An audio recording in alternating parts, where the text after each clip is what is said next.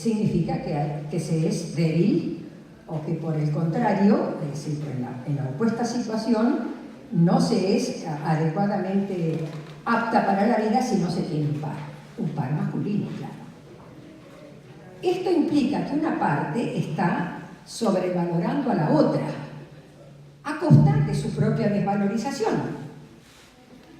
Y entonces podemos concluir que una persona que está entregada a otra construye un lugar absoluto a costa de su propia destrucción.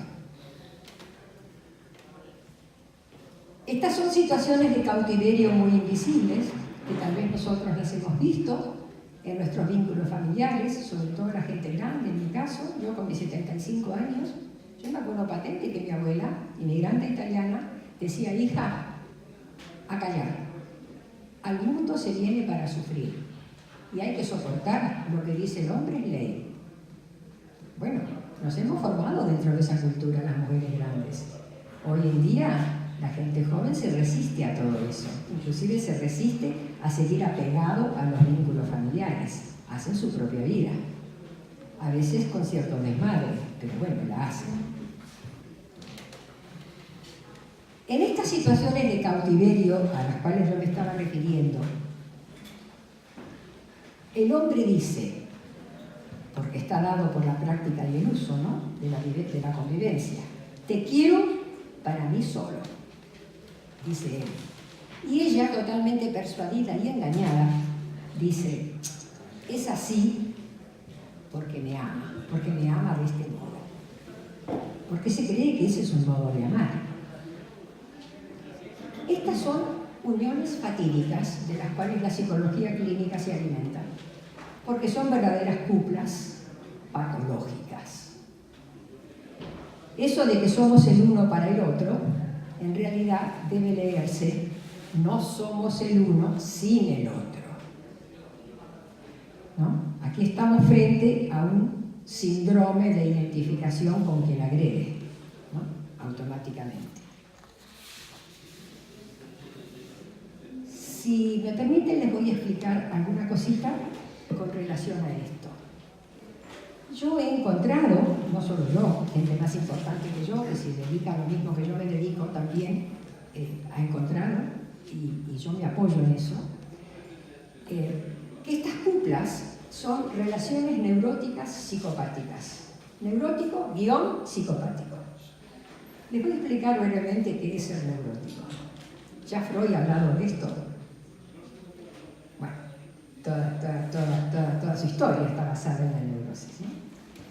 La neurosis es una condición del carácter psicológico de las personas que se basa en ciertos estigmas o ciertas dificultades particulares o cierta sintomatología, como diríamos los psicólogos clínicos, que es una autoestima muy baja, una enorme tendencia a la angustia y a la desvalorización, por eso la reacción con la angustia, la presencia de estrés por el reconocimiento implícito de esto que nos está pasando y que la impotencia para resolverla la va haciendo acumulativa, y la utilización de mecanismos de defensa enorme para no hacerse cargo de esto que nos pasa o que les pasa al neurótico. Pero aquí que el neurótico suele buscarse siempre en sus relaciones de pareja o en relaciones con el otro en términos amorosos a alguien con características psicopáticas. ¿Qué es a quién se está refiriendo? Es ese individuo que le hace creer que sin él o sin ella, ¿no? Porque también hay mujeres psicopáticas, ojo al parte, hay mujeres muy psicopáticas, muy psicopatonas, como se dice en Argentina. Esa relación o ese núcleo entre el neurótico y el psicópata le hace creer a la mujer neurótica que él es el verdadero sostén, es la pieza fundamental de la relación y que va a conducir la relación adelante, o sea, es el máster de la relación. Ese individuo con características psicopáticas succiona, chupa todas las condiciones que el neurótico tiene, que por lo general tiene más condiciones que el psicópata, porque el neurótico, en su afán para poder encontrar una solución y una vía de encaminamiento a su problemática, lee, estudia, se preocupa, se angustia. La angustia es movilizadora, señores. La angustia moviliza, la angustia activa. Cuando la angustia no activa, se cae en un cuadro de agravamiento, en la cual muchos neuróticos que pueden entrar, que es la neurosis de angustia, que es el tronco, ¿no es cierto? Y también se puede llegar a una depresión, reactiva o no reactiva. Eso lo digo para una charla, a lo mejor para el año que viene, si les resulta interesante que yo regrese. Bien, pero volviendo a este tema de la relación entre el neurótico y el psicópata, que el psicópata es el que cree que domina la situación y el neurótico está convencido de que si no tiene el psicópata que maneja la situación, solo no puede con él o con ella. Este es el tronco y el origen de los femicidios en los vínculos. Y acá llegamos a este punto de que ni contigo ni sin ti. O sea, el neurótico no puede vivir sin el psicópata y el psicópata no puede vivir sin el neurótico. ¿Por qué? Porque el psicópata se va a ocupar siempre de que el neurótico le ande por detrás, buscando que el psicópata le demuestre que lo quiere, que lo valora, que lo ama, que lo desea. Y el psicópata no se lo va a demostrar, porque ese es el mecanismo por el cual va a lograr que el neurótico siga siempre atrás, dando y dando y dando y dando. En los femicidios, en las pericias psicológicas sobre los femicidios, siempre encontramos relaciones que son compatibles con esta descripción que acabo de hacer. Ahora, ¿qué pasa? Supuestamente, vamos a decir, estamos en una relación con un tipo bien psicopático y una mujer bien neurótica, ahí, bien enlazados. Ni uno cede ni el otro cede, ¿no? ¿Por qué? Porque uno está buscando lo que el otro nunca va a mostrar, así lo sigue buscando. Pero supuestamente, cuando hay alguna posibilidad de que la parte neurótica reaccione, se dé cuenta, pida ayuda, hable con amigas, con familiares, o pida una consulta psicológica para explicar qué es lo que le está pasando. ¿Por qué? Porque tiene síntomas, tiene angustia, tiene insomnio, tiene bulimia o tiene anorexia, tiene síntomas. Entonces de pronto pide ayuda. Entonces se aviva.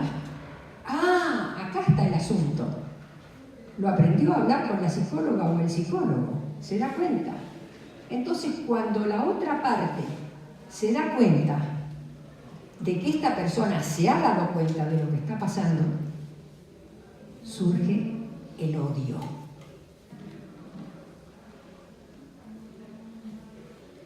¿Y qué pasa cuando surge el odio? Cuando surge el odio empieza el circuito concreto, pragmático de la violencia, que excede el insulto, que son los golpes. O sea, una pareja de estas características empieza a desorganizarse. ¿Pero quién es el que se desorganiza? El que tiene características psicopáticas es el primero que se desorganiza. ¿Por qué? Porque lo que busca es que se reflote la situación. Se reflote la situación de abandono afectivo que también tiene viviendo de manera traumática. Porque no crean que el psicópata tiene todo resuelto. Hace de cuenta que tiene todo resuelto. Pero en realidad quien le resuelve toda la cuestión afectiva es el neurótico que le anda siempre por detrás, buscándolo. Y cuando se da cuenta de eso, es la pérdida de ese objeto amoroso y de esa relación así, tan truculenta, lo que lo empieza a desorganizar. Desorganiza a las dos partes, por supuesto, pero mucho más desorganiza a la parte que es la que ejerce, la parte actora, digamos, de esta relación traumática. ¿Por qué? Porque va perdiendo algo que es fundamental, que es la dominación. Y al perder la dominación pierde la pertenencia, que es lo que le daba vida. Entonces ese individuo queda vacío. Y frente a esa situación no acepta que desaparezca de su conciencia o de su realidad esta situación. Porque se plantea una ligadura. La ligadura se ha roto, no existo más si no está el otro. Esto da lugar a lo que en la psicología francesa, que sigue mucho Lacan, a quien yo no sigo, porque tengo enormes reservas contra ese señor Lacan. Además, Lacan tiene el peor de los defectos que puede tener, y es que para trabajar en clínica no sirve. Pero en el psicoanálisis lacaniano esto se llama el folie à deux, o sea, la locura de a dos, donde una de las partes asiste a la desaparición subjetiva de uno de los protagonistas que va dejando de lado al otro. O sea, esto es un núcleo perverso, cerrado, obliterado completamente. Entonces hay una parte que queda descolgada y se obsesiona por constatar permanentemente su vigencia en la vida del otro. Ustedes se darán cuenta de que yo voy llegando a la descripción de por qué se da el femicidio.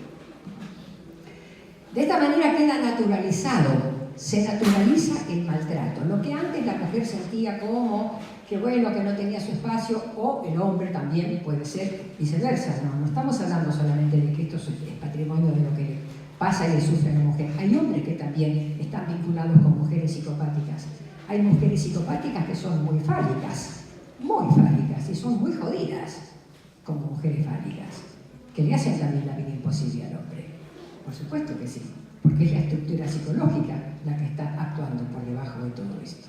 No es el rol o el género. Entonces aparece en una situación así como esta que estoy describiendo la obsesión constante por revitalizar esa relación, ¿no?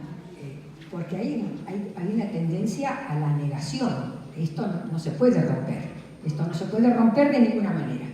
No acepto que esta situación entre nosotros desaparezca.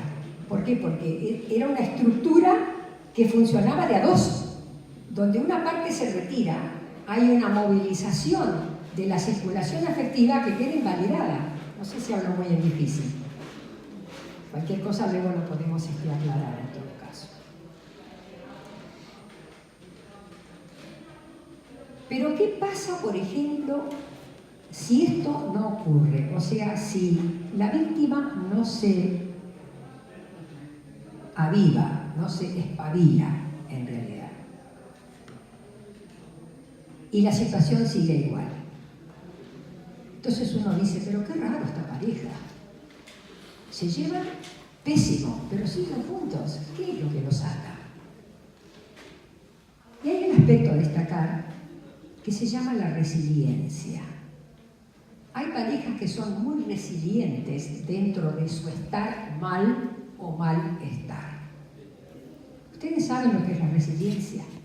La resiliencia es un término que se utiliza mucho en la psicología y que viene de la física y que alude a la capacidad de resistencia que tienen los metales de soportar golpes, agresión, ¿no? Dureza, sin doblarse, ¿no? Alude a eso en la física. Entonces la psicología lo ha traído de la física, este concepto de la resiliencia, y lo aplica a la descripción de ciertos caracteres psicológicos donde uno no se explica cómo una persona determinada, esto se ve mucho en la práctica del consultorio y cuesta mucho romperlo. Uno no se explica, decía yo, cómo alguien tiene una capacidad tan enorme de soportar algo que es prácticamente insoportable a la luz del común de todo el mundo, y lo sigue soportando y lo sigue soportando. Esta resiliencia es lo que suele aportar la cuota, ¿no es cierto?, de tolerancia al sostenimiento de relaciones muy intrincadas, muy difíciles, que no siempre terminan en actos delictivos con la desaparición de una de las partes. A veces se sostienen permanentemente de esa manera, porque una de las partes es resiliente y soporta a una costa de su propia destrucción. En este caso, el mal, entre nosotros, con ese otro, queda banalizado. Hay una banalización del mal. No me hace mal, es el modo que tenemos de funcionar. Y también queda naturalizado, por supuesto, el maltrato, ¿no?, que subyace a la banalización de este mal.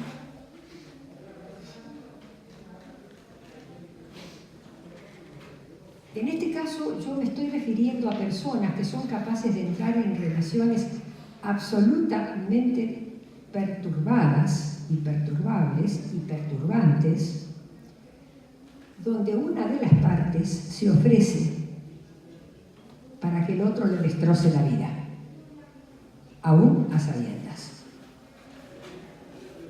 Esto se ve muchísimo en sociedades conyugales, que ya no son matrimonios, ya no son una pareja, son una sociedad conyugal. Tenemos que seguir adelante porque nos casamos y porque nos casamos para toda la vida. La Iglesia aporta muchísimo a todo esto también, ¿no es cierto?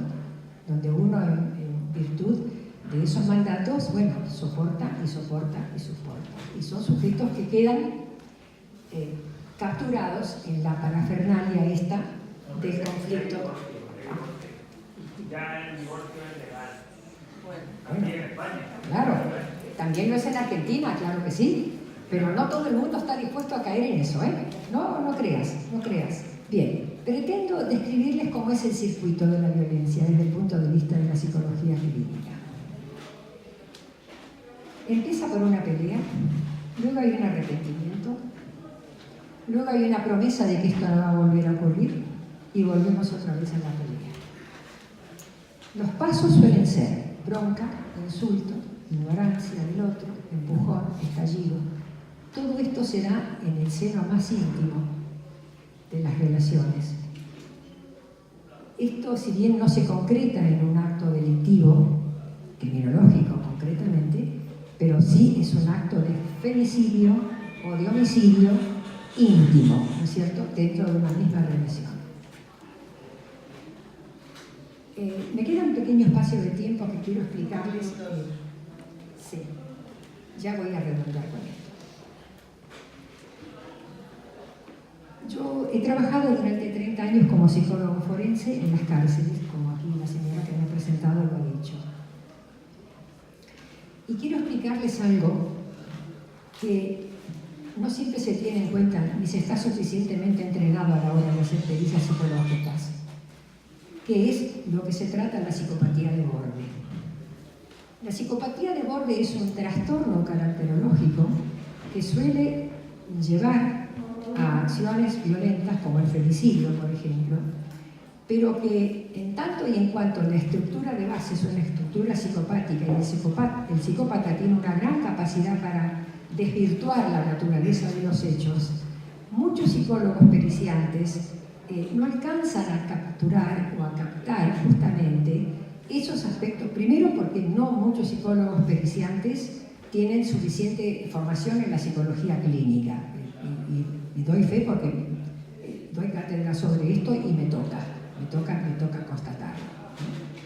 Es decir, que saben mucho de clínica psicológica para poder hacer una pericia bien apropiada y bien ajustada al cuadro. ¿Por qué? Sobre todo porque cuando se tiene frente a uno una personalidad con una estructura psicopática bien armada, bueno, se tiende mucho a engrupir, no sé si se entiende el término que quiero significar, o sea, a desdibujar, a ocultar, ¿no?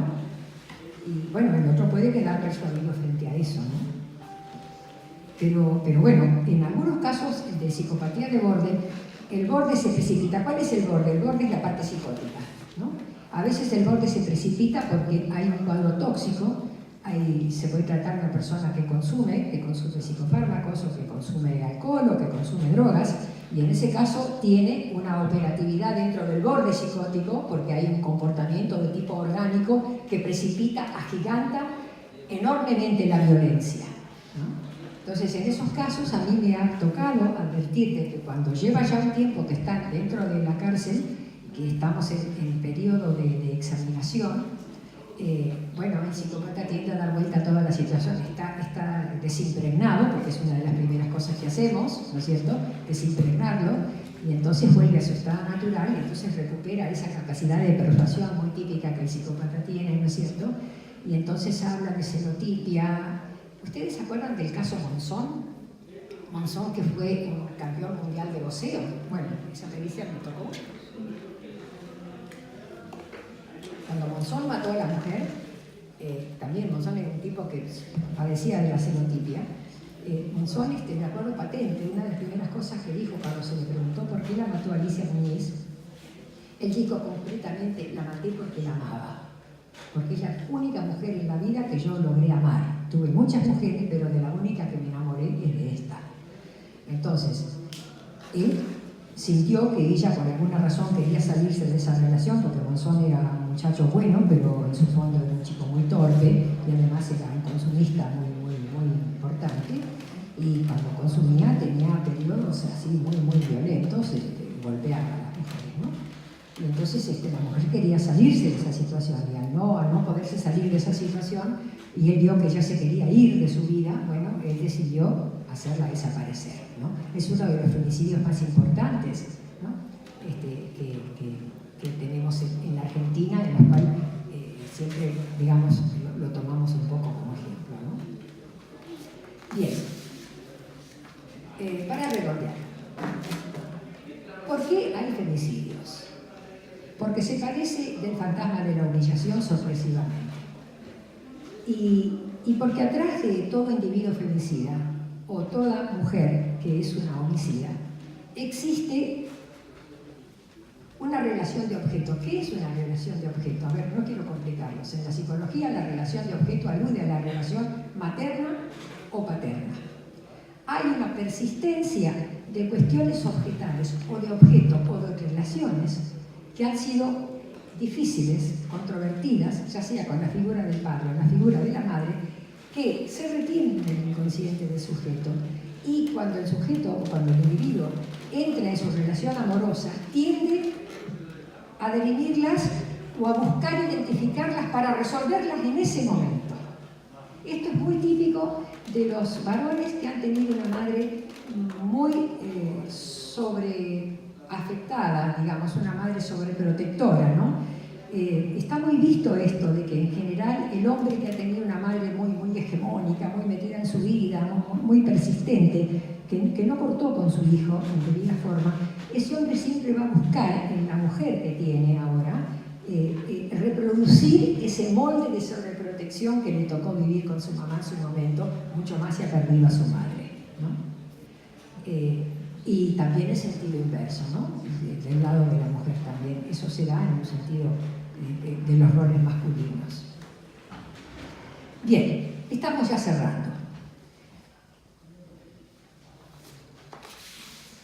Estamos hablando de estilos de amor terroristas. Hoy escuché esta misma expresión de parte de la señora y me pareció estupenda. Nosotros también hablamos de estilos de amor terroristas, a donde no solamente la celotipia, no solamente las cuestiones patológicas particulares tienen que ver, sino también un poco la cuestión cultural de los tiempos que vivimos, a donde la gente resuelve a las trompadas, la gente resuelve agresivamente toda situación controversial con un otro, no solamente dentro de las parejas, también se ve en el orden laboral, se ve en las relaciones fraternas. En este libro, que yo he titulado El hijo de mis padres no fue mi hermano,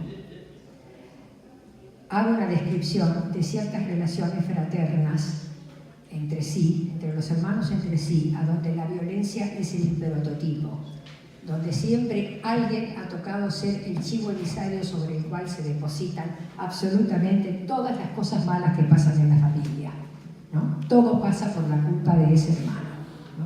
Todo, absolutamente todo. Eso es la descripción de lo que se llama el emisarismo o el chivo emisarismo. Bueno, muy bien. Tendría algunas cositas más, pero estamos ya llegando al punto del tiempo.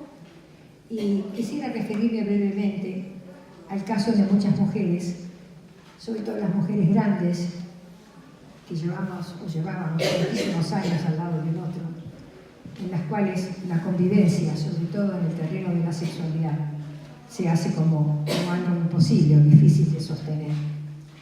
¿Por qué? Porque el coito es uso y práctica de la vida matrimonial, la vida en pareja, ¿no es cierto?